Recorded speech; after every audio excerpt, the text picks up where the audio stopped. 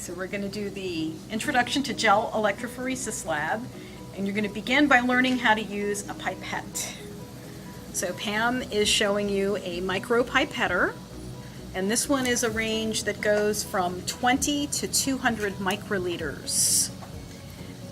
Okay, and you can see in this window what it's set to. Okay, and you adjust the volume by turning the knob, which adjusts the volume. So we're going to begin by setting that to, it was 20 microliters, right, for the first sample. You'll notice that you have a plunger on the top, and when you press down on that plunger with your thumb, you will feel a little bit of resistance. If you push through that, there's a second level that it pushes to.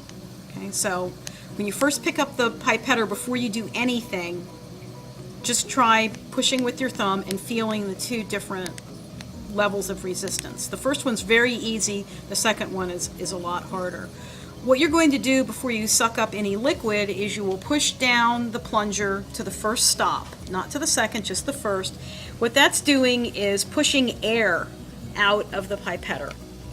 Okay, and then you release your thumb, it pulls the liquid up.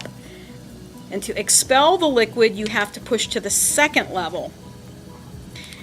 And we're just using colored water here so that you can see the size of the droplets. So that's 20 microliters of solution. And we're putting it on parafilm because the water beads up nicely on the parafilm. So what you're going to do is you're going to practice making, what did we say, 6 different drops.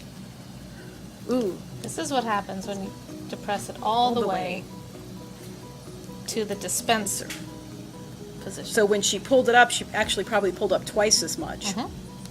Okay, notice the different size in the drops. So what she did is, rather than press it to just the first stop, she depressed it the whole way before she took up the liquid. So you're going to just practice pipetting to get uniform amounts of solution onto the parafilm so that you're comfortable with the way that the pipetter works. Okay? Now, do they need to learn how to put the tips on? Okay. You press the white button. Whoop. That one went flying out. And when you're ready to add another tip, is that the correct one? Because those are clear. Okay. Push it down in there, just tap it several times, and it's now hooked on. Okay. Part 2, we're going to be doing electrophoresis, and this works on the principle that fragments that have a charge are going to move at different rates through an agarose gel depending upon the size of the particle. So we're going to be showing this principle using food color, and food coloring is actually composed of several different colors, and those colors have different sizes, and because of that they're going to move through a gel at different rates. So the smaller it is, the faster it's going to move. So we have an electrical charge difference between the two. Believe this is the positive and this is the negative? I think so too. Yeah. And so they should move. This is going to be electrified, and the positive charges should be pulled down towards the negative end. And the smaller ones will move faster than the smaller. All right, so we're going to be starting the gel electrophoresis, and we have a piece of equipment here that actually will be hooked into an electrical plug so that there's a charge associated with it. This up here is the negative end. This is the positive pole. And we're going to have a little cassette of agarose gel already poured that is going to be inserted into here. So the first step to get ready to do this experiment is to plug in the e-gel, the unit. And it beeps twice. And there was a little light that flashed on there.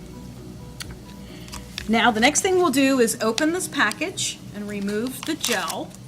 This is an agarose gel. And if you look at the back side of it, you're going to see that there's a metal strip and another one here. And this is what's, when it's plugged into this machine, is going to give it the electrical differential between the positive and the negative. So to hook this in, you first snap it into this one side, into the right side first, and then we snap it into place. Okay, and this light is illuminated. So press and hold, snap it into base by inserting the right edge, then snapping it. The LED is red. Press and hold the 15-minute button until the base beeps twice. Okay, so we heard that. And this initiates a 2-minute warm-up period. At the end of that period, the base will repeatedly beep.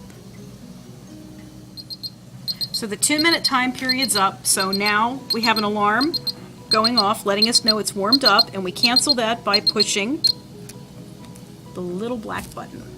The 15-minute button. Okay? 2 times. 2 times. Next step is to remove what's known as the comb. The comb is what makes the indentations in the gel. So as you can see, if you look at it from the side, it looks a little bit like a hair comb with big teeth, big short teeth. So now we have depressions in the agarose gel. This is where we're going to load our samples. And you'll notice that there is a lane. Each of these areas is called a lane, like the lane in a road. And the lanes are numbered from 1 through 12. And we'll begin by we're going to put in various food colorings. On the tops of these little micro centrifuge tubes, we've already mixed the colors. And you're going to see there's a number on the lid of each of these tubes that corresponds to the lane where you will place the sample. So we'll begin by taking up a sample. You've already practiced your micropipetting of sample 1. Now notice how Pam is stabilizing the pipette with her finger. She takes that and loads in sample 1 into lane 1. She's going to have to switch the tips. She's going to sample labeled 3. We're leaving an empty lane between each of our samples. Okay, so she's loaded 3. She's now going for sample 5.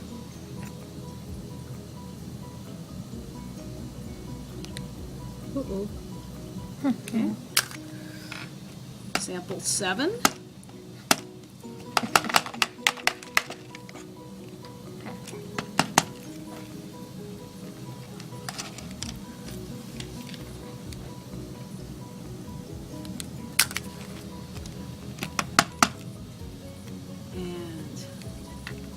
Sample 9.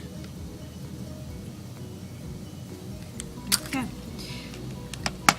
Now what we're going to do, there's another one? Mm-hmm. Oh, it was 11. I thought there was only, went up to 9. So we have 11. Okay. And we're going to place a water sample, just blank water, in all of the even numbered lanes.